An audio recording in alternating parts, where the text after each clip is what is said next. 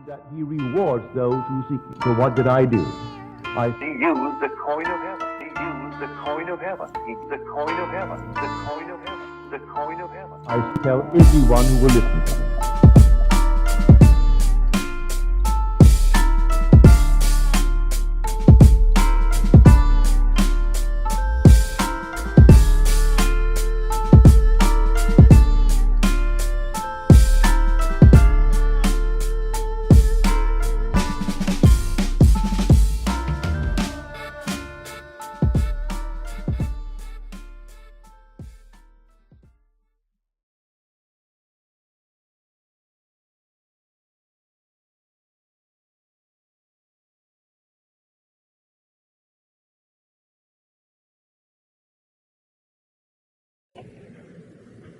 I received a letter this week from a gentleman who attends the lectures.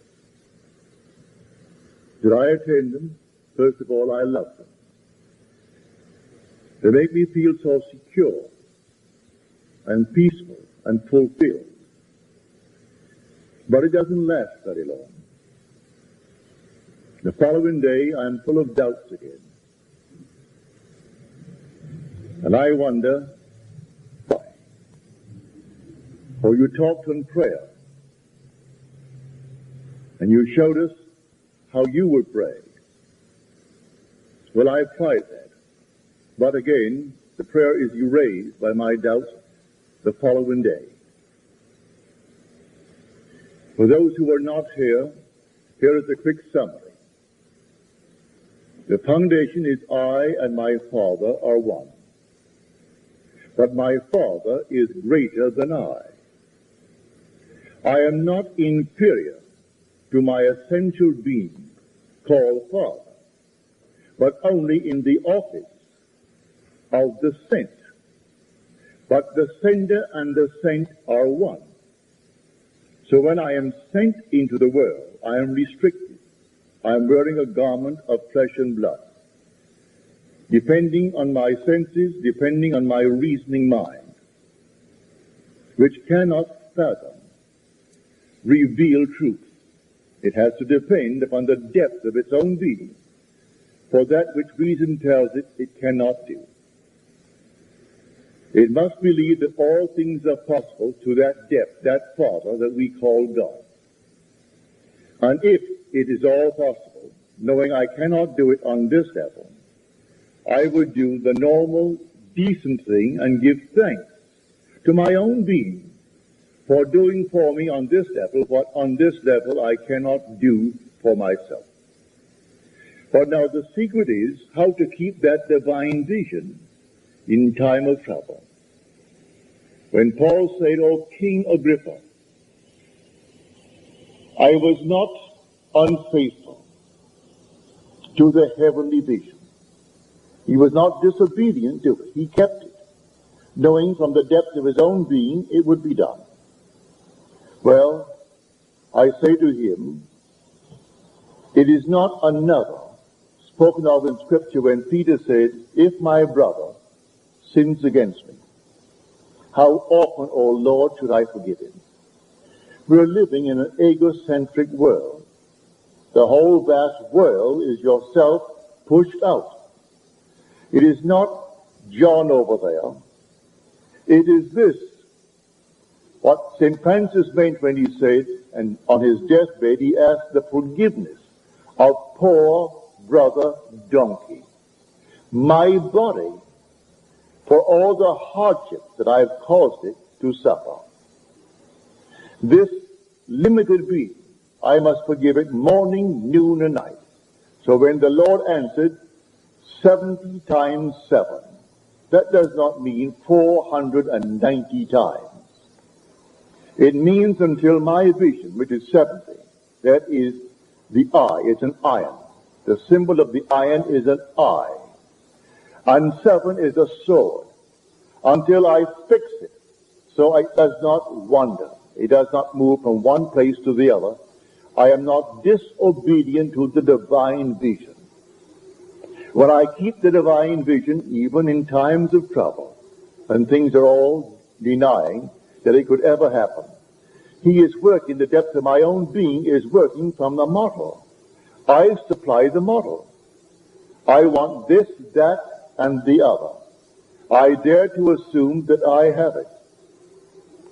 Having assumed that I have it, it is entirely up to me to hold that model from which he works. He will externalize it in my world if I am faithful to the divine vision.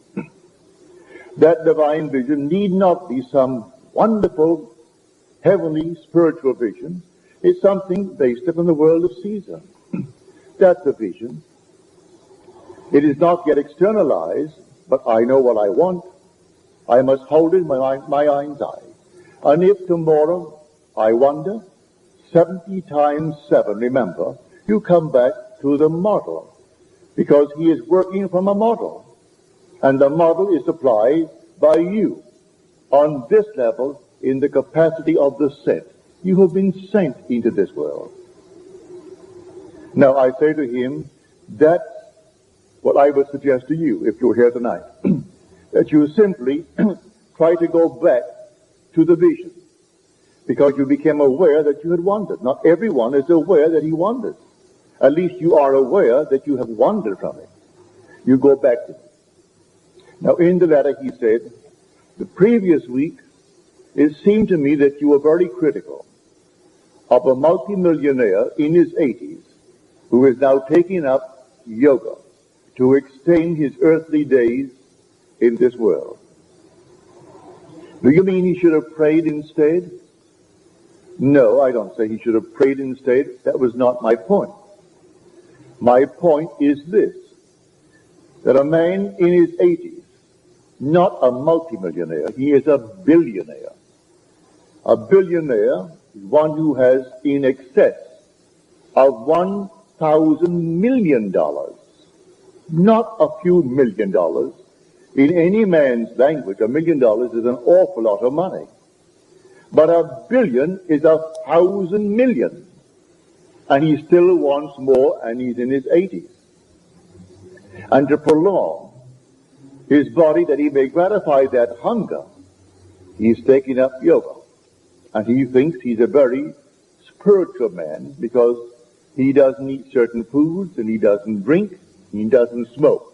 So he is a holy man in his own eyes. But I will say this for him. He cannot, by my saying to him, you should now change your attitude towards life and want the spiritual things of life.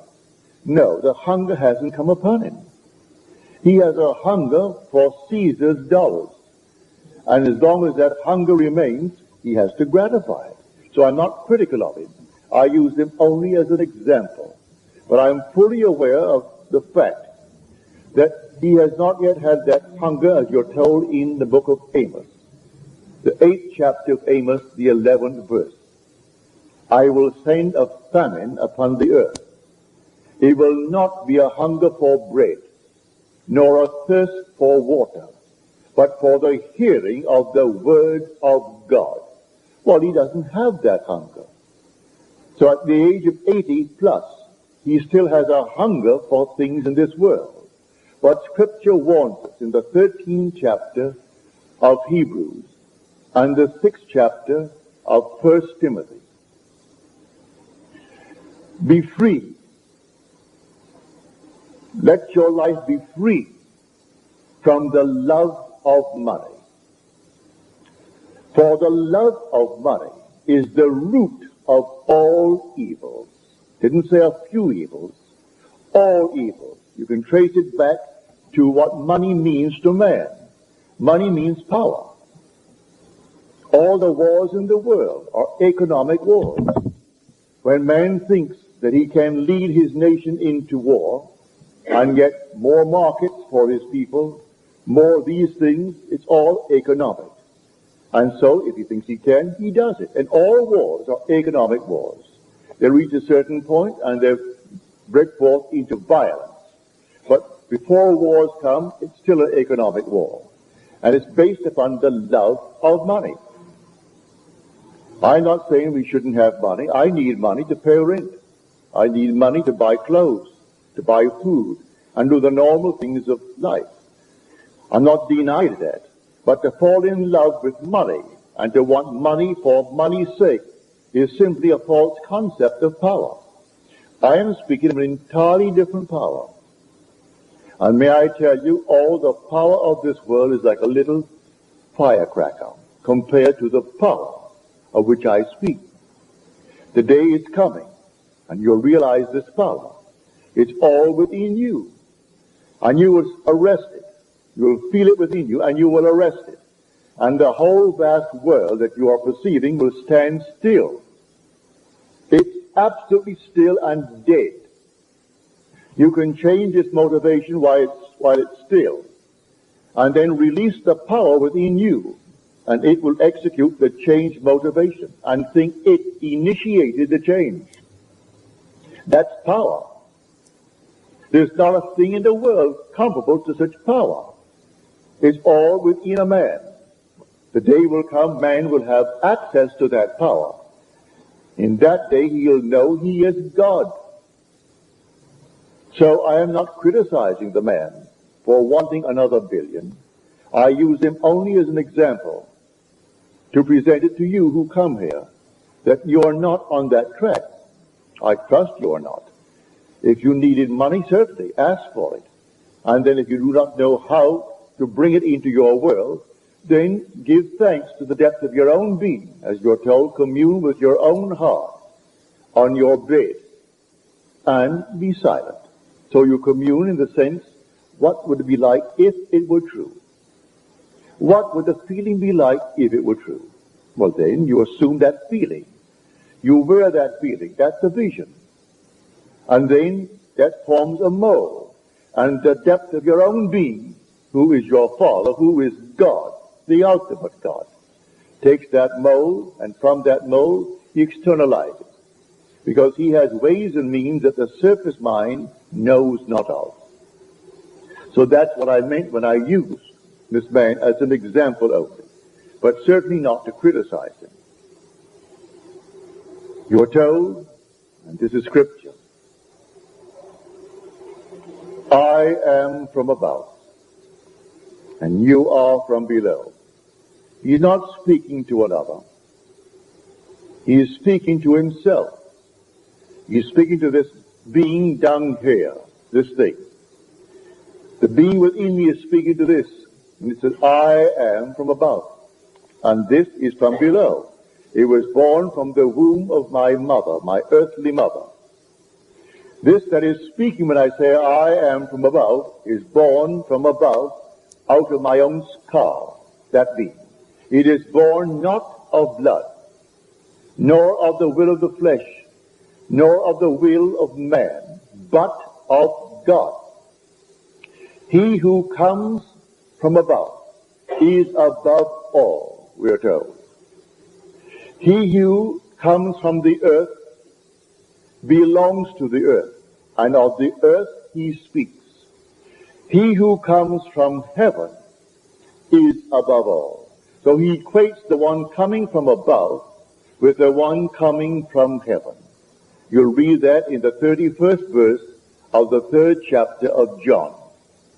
When you read the 3rd chapter, jump from the 21st verse to the 31st and go on to the very end, the 36th verse.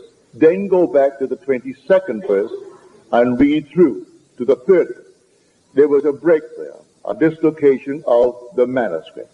So read to the 21st and then go straight to the 31st and put those letters from the 31st to the end in red letters. It's all part of the same speech of the central figure. He who comes from above is above all. He who is of the earth belongs to the earth, and of the earth he speaks.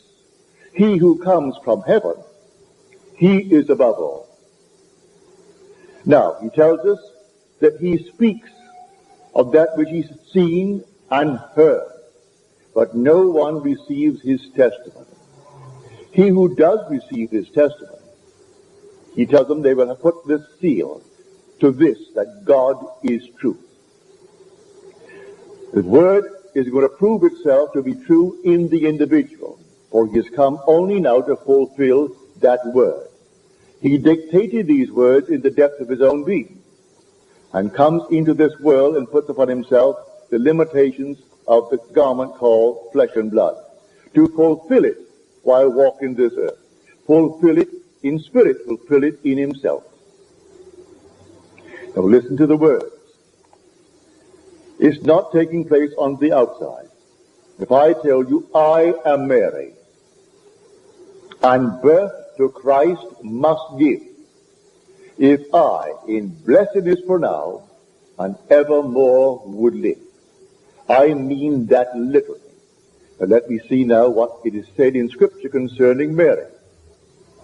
The angel sent from the Lord appears to Mary and tells her the secret of a supernatural conception, that the power of the Most High will overshadow you.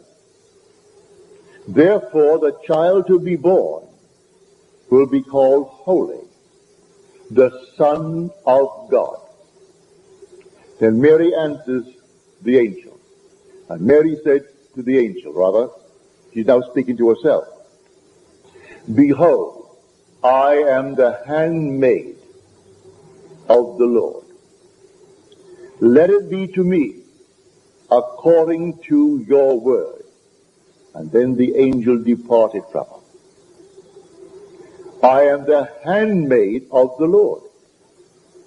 In the 116th Psalm, the 16th verse, and it's now David speaking, O Lord, I am thy servant, the son of thy handmaid. He is the son of the handmaid, and Mary claims, I am the handmaid. And she's just been told the child to be born of her must be called Holy, the Son of God. 1,000 years prior to that, if you take it chronologically, one declares, I am the son of the Lord's handmaid. And his name is David. I am not theorizing it. I have experienced it. And so I'm telling you that it is David. And when it actually takes place in your world, who then is Mary? Did you not give birth to the Christ child? I know I did. I held the child in my arms and looked into its face and said, how is my sweetheart? And that heavenly smile broke upon its face. And then the whole thing dissolved. And then a few months later, here comes the evidence. Here is David, the one who said, I am the son of thy handmaid. Well, did he not come forth? Was it not pronounced by my brothers who were present? It is Neville's baby. Well, if it's Neville's baby, well then I am Mary. I brought forth the Christ child. And yet, why now is the son calling me father? Listen to the words carefully. We are told in Genesis that a man must leave father and mother and cleave to his wife until they become one flesh. A man, now if he cleaves to his wife, he is her husband, is he not? He can cleave to a woman, but it need not be his wife. But the word is wife. The man leaves father and mother and cleaves to his wife, and they become one flesh. Now in the 54th chapter of Isaiah, your Maker is your husband. The Lord of hosts is his name. The Redeemer of Israel is this one. The God of the whole earth he is called. But remember, your Maker is your husband. We are told of Eve, she came out as an emanation from man. Therefore, who is this man now but her husband? And who is that husband but God? So, the man, my man, is my husband, and that husband is God. Now, this is the emanation. My emanation, yet my wife, till the sleep of death is past. It's not some woman in this world For male, female made he them, and called their name man. So here, whether you be male or female, this is the emanation of your Maker. And your Maker is God. And he cleaves to you. You aren't cleaving to him. It is he who cleaves to you until you become one. And what proof have I that we have become one? Christ is the Son of the living God. But if I bring forth the Son of the living God, well then, he has completed that union. For I marry then, for we are told that Mary is going to bring forth the Son of God. Well, if Mary brings forth the Son of God, she brings it forth after the cleavage has taken and they have become one. One body, one flesh, one spirit. So here, the whole drama is unfolding itself within you as an individual. And when you see confusion in the world, it is only the confusion within you. When you see anything in the world, it is all taking place within you. It's really a soliloquy. The whole vast drama is the unfolding of the mind of the individual. So you are the one sent, and you are the sender. In the capacity of the sent, you seem inferior to your essential being, the sender. But do not forget, I and my Father are one. And he who sees me sees him who sent me. If he sees him who sent me, then I am the sent. And I'm telling you from my own experience, you are that very being who embraced you. He actually embraces you, and you feel you become one. And when you see the Son, he is the image of the one who embraced you. But when you were embraced by him, you felt you were one with him. He who is united to the Lord becomes one spirit with him. So in that union of you and the one who embraced you, you actually are the very image of that being. And David is the image of that being. And you are that being.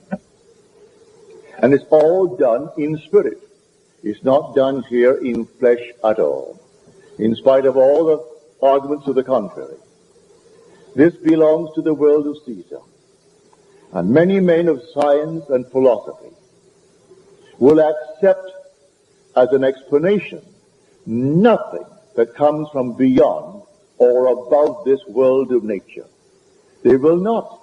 You can't blame them. They see it here, and they've done marvelous things with it. They confine themselves to things here that they can prove. But we confuse ourselves, deeply confuse ourselves, when we simply identify the wisdom that comes from above with this wonderful knowledge that comes from below. Knowledge is science, and wisdom is revealed truth. And you cannot in any way prove it to anyone. I can take the wisest man in the world who calls himself the scientist and tell him what I'm telling you tonight. And the chances are he will go away and say the man is a little bit cracked. There's no proof. You can't present the proof. And he wants proof. Well, you can't present the proof. There is no way of proving to anyone that the kingdom of heaven exists until you have entered it. There's no way of proving that God exists until you have the experience of God who exists. There's no way of proving to another that the Christ child is an eternal child, that David is eternal, that he represents, he is the sum total of humanity. He is the resultant state of all the experiences that man is capable of going through.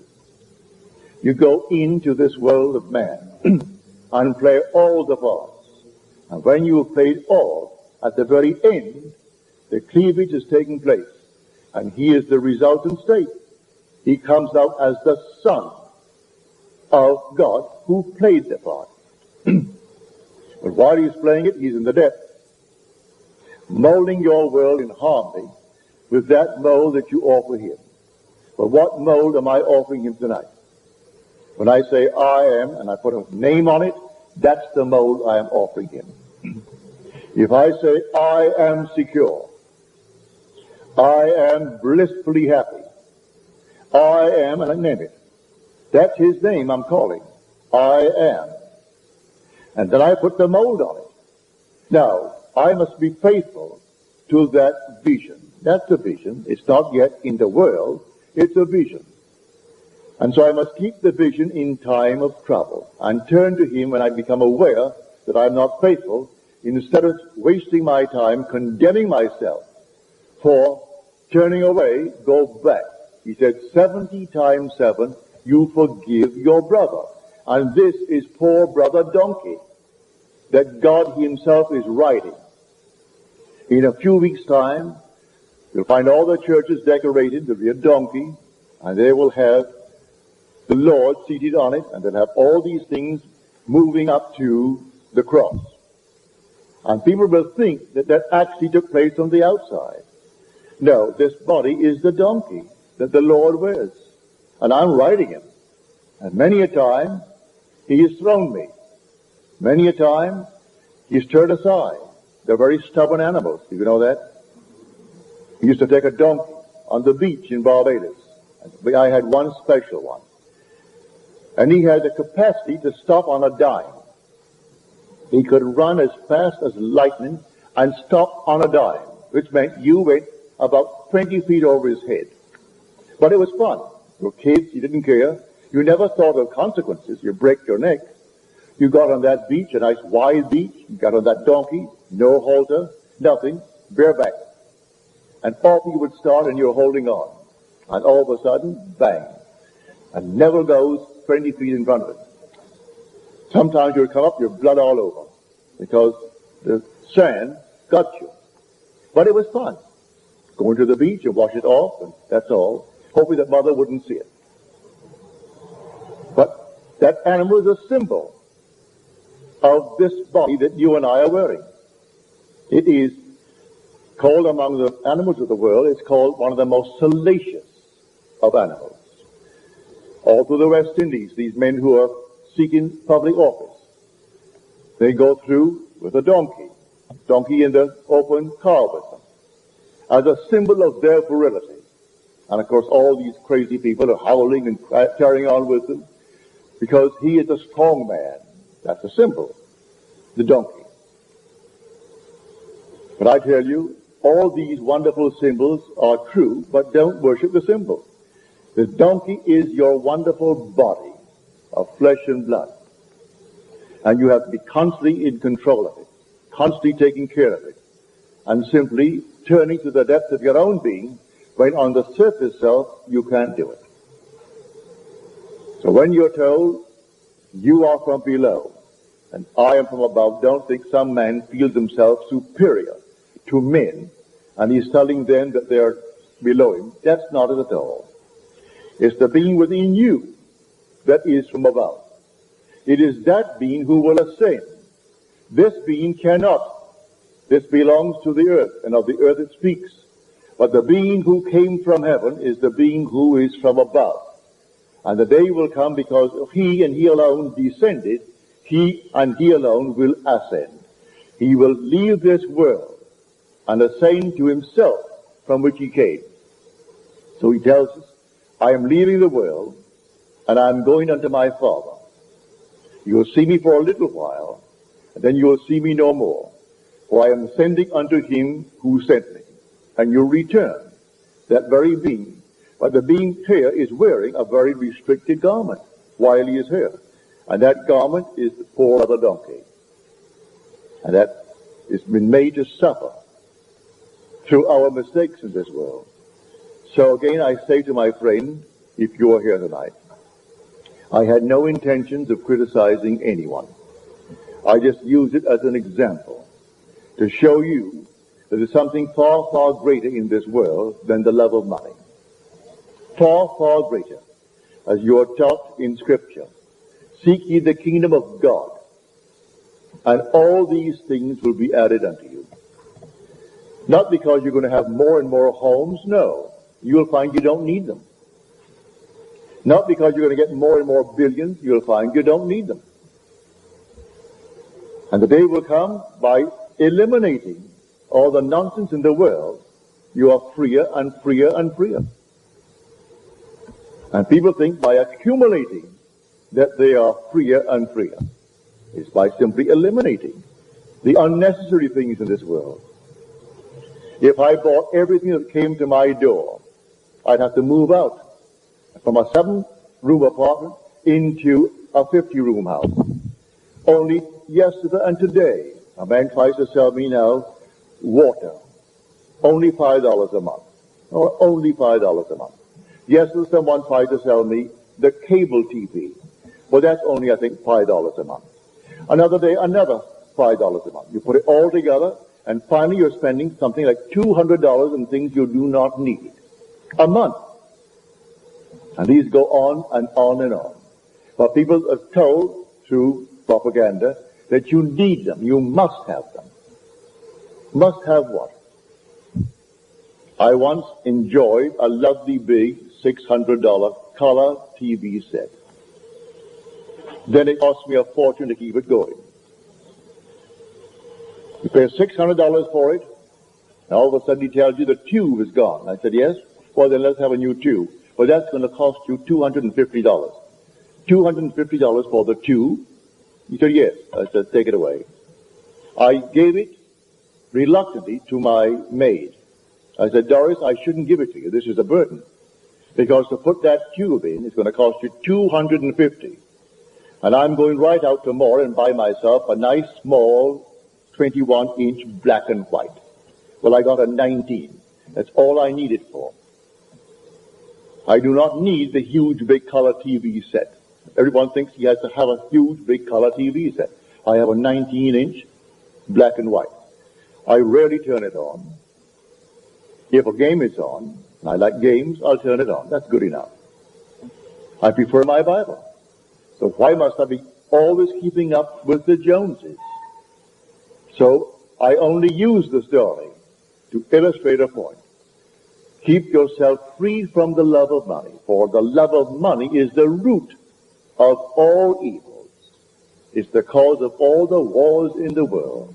That love of power is a symbol of power. And the power of which I speak puts all the power of this world into nothing.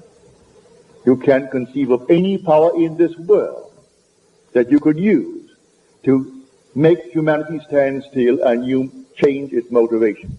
And yet within your own head you have that power. And you look upon the world as you see it, and suddenly you stop the activity within your head. And all activity stops. And they're not independent of your perception of them. You think they are, but they're not. They're all yourself pushed out. And they're animated by the activity within you. And you're carried away by the things that they're doing as though they're things completely strange and different from what you are doing within yourself. And it's not so. And you stop it, and then you release it, and everything moves on to fulfill its purpose. But you can change its purpose. And then you will know you're on the very verge of being born from above. For this is your right. This is your power. And you enter an entirely different world. And when you ask by others, describe that world to me. Paul tells us, eyes have not seen, nor ears heard, nor hath it entered into the hearts of men, the things already prepared for those who love the Lord. How can you use any image of earth to describe that world? You can't do it. When I tell you that I actually have gone by, thousands and thousands waiting for me to come by, and they were all broken members of humanity, blind, lame, halt, withered, you name it, they were there. And I didn't raise a finger to make one of them better. There was no compassion that possessed me. I simply glided by, a radiant being, one of fire and air. And as I glided by off the earth, I didn't walk, I simply glided. Every one was made perfect. Eyes came out of hiding and filled the empty sockets. Arms that were missing came out of hiding and filled the empty sockets. And those who could not walk, they jumped for joy. Everything became animated and perfect. And when the very last one was made perfect, this heavenly chorus that accompanied me sang out, "It is finished," the last cry on the cross. For these are the last words of the cross, "It is finished." And then I felt myself once more congealed into this body. I have never worn, that I know now, in this little section of time, I have not had the experience of wearing a straitjacket. But I have seen men put in straitjackets, and so I know the confinement that they must feel in a straitjacket. Well, this was just like a straitjacket. That's how confining this body is, after you've experienced the freedom of this heavenly, immortal body that is yours. It is radiant, it's immortal, and that body is yours. And the day will come, you will complete the journey in these garments, and then that body will come out. And when that body comes out, you, the sent, will return to yourself, the sender. And you and I will rejoice together in a heavenly sphere that you cannot depict by using any image on earth to describe it. It can't be done. Because eyes have not seen it and ears have not heard it. And how can you tell it? Until he brings you where those who have gone there have been. Can't do it. But here I am here to encourage you to set your hope fully upon this grace that is coming to you. It is coming. No power in the world can stop it. You came down deliberately. No one took your life. They're going to tell it on the second day, the second day of April is Easter. So 2 days before that, they're going to tell a story which isn't so at all. Our man was crucified by people who would not believe him. Isn't so? The crucifixion took place in the beginning of time. And when you are born a woman, that's when you are crucified here. But I was crucified with the cosmic Christ in the beginning of time. And then I came down into this world. And my mother gave me a garment of flesh and blood. And that's the cross I wear. That's my slave. I am a slave of that cross. For I can't command anyone to perform any of its normal natural functions for me. I have to perform them myself. Eat myself, assimilate and eliminate, and no one in the world can do it for me. No matter how much money I have, and how powerful I am, and what I am. I have got to perform the normal natural functions of that brother donkey. So I'm writing that towards the end. And they're going to weep and say a certain group, a certain race crucified a man. Didn't do it at all. Have we not read the Bible? No one takes away my life. I laid down of myself. I have the power to lay it down and the power to take it up again. So he confesses that no one has ever taken away his life. And yet for 2,000 years we perpetuate the lie and tell that story over and over and over. And it isn't so at all. Read it in the Gospel of John. The most profound book in the New Testament is the Gospel of John. No one takes away my life. I lay it down myself. I have the power to lay it down and the power to take it up again. And so, I have laid it down myself, willingly, to enter this arena. And at the end, I can say what Paul said. I have fought the good fight. It is a fight. I have finished the race. I have kept the faith. Henceforth, there is laid up for me the crown of righteousness. And then he goes on to say, let no one bother me. For I bear on my body the marks of Jesus. Everyone will bear them because everyone has them. The marks are there, but they're not driven in with any little nails. They are whirling vortices. A vortex binds me here, a vortex binds me here. One here, one to my right, and two, my two souls. The six-pointed star of David. That's the Christ star. He is the Son of the Lord's handmaid. So you can safely say, and mean it when you say it, you have not yet brought forth the Christ child, but I am Mary, and birth the Christ must give, if I in blessedness for now and evermore would live. In my own case, I have brought forth the Christ child. But I can say to those who have not yet had the experience, you can put it in that tense that I've just quoted. Because everyone's going to have the experience. And not one will fail. And then you will see the mystery. The whole thing is a mystery. So tonight, you take your ideals, you take your dreams, and dare to assume that you have already realized them. Knowing on the surface you cannot do it. You do not know where to turn. But believe me, the depth of your own being knows. All things are possible to him. Before Mary said, behold, the handmaid of the Lord. The angel said, with God all things are possible. The same thing said prior to the first child promised in Genesis. Is anything too hard for God? It's the same. It's simply a different translation of the same meaning. Is anything too hard for God? And so the child was named Isaac because Isaac means he laughs, and the Christ child laughs. The minute you hold him, the face bursts into the most heavenly smile, and the whole thing dissolves as you're holding him in your arms. You brought forth the Christ child. When you dwell upon this, it may not seem practical. It's more practical than anything in the world.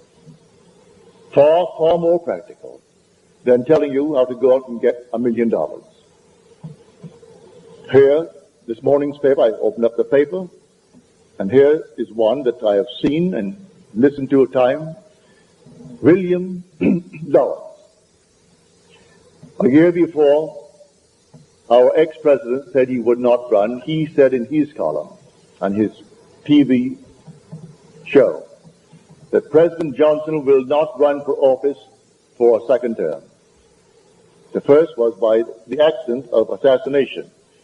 This one is owned by election, but he will not run another term. They all laughed at him. Well, he was right. He did not run, but he kept secret 1 solid year. Well, he went off to New Hampshire to cover this election coming up on Tuesday, the primary. Went to bed, seemingly all right, had all his friends that day. The maid goes in to clean the room, and there he is. He's gone from the world, 55 years of age. Went to sleep, thinking he'd wake the next morning to write the column coming up on Tuesday to tell what actually is taking place in our election year. And Lawrence didn't wake in this world. A man 80 years old and still knowing that tomorrow he's going to be called and still is interested only in another billion. Well, to me, it's the height of insanity. But let him have it. Let him have all that he wants. I don't want it. With it goes a tremendous responsibility. And I don't want that responsibility. If he wants it, let him have it. But tonight, on this level, you formulate in your mind's eye the one you would like to be, man or woman. And then, having formed it, if perchance tomorrow, like my friend, you wonder, don't waste one precious moment in condemning yourself. Forgive, forgive, forgive. And forgiveness means testing one's ability to enter into and partake of the nature of the opposite. So you find yourself in this state now, which is wandering away. Go back to that state that you have chosen. Go back, how often? 70 times 7. As often as it takes to keep the vision fixed so that that mold will always be before the depth of your own being, for he works from the mold that you supply. So you supply him a glorious mold, but don't condemn yourself when you depart from it. Don't. Condemn no one. Leave them alone.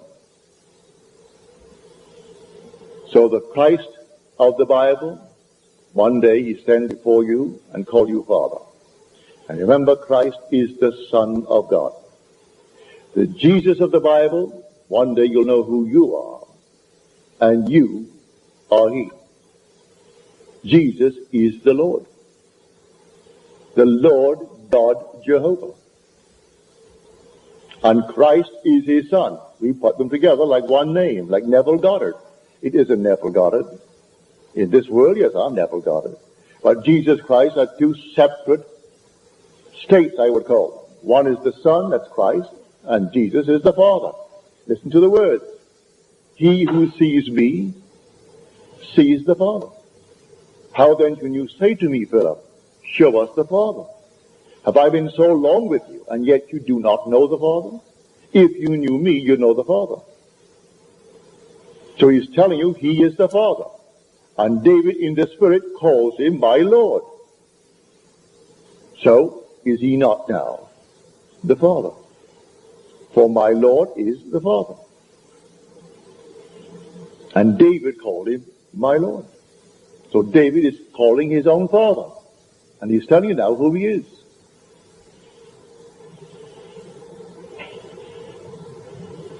It's the greatest mystery in the world, eternally taking place, eternally true.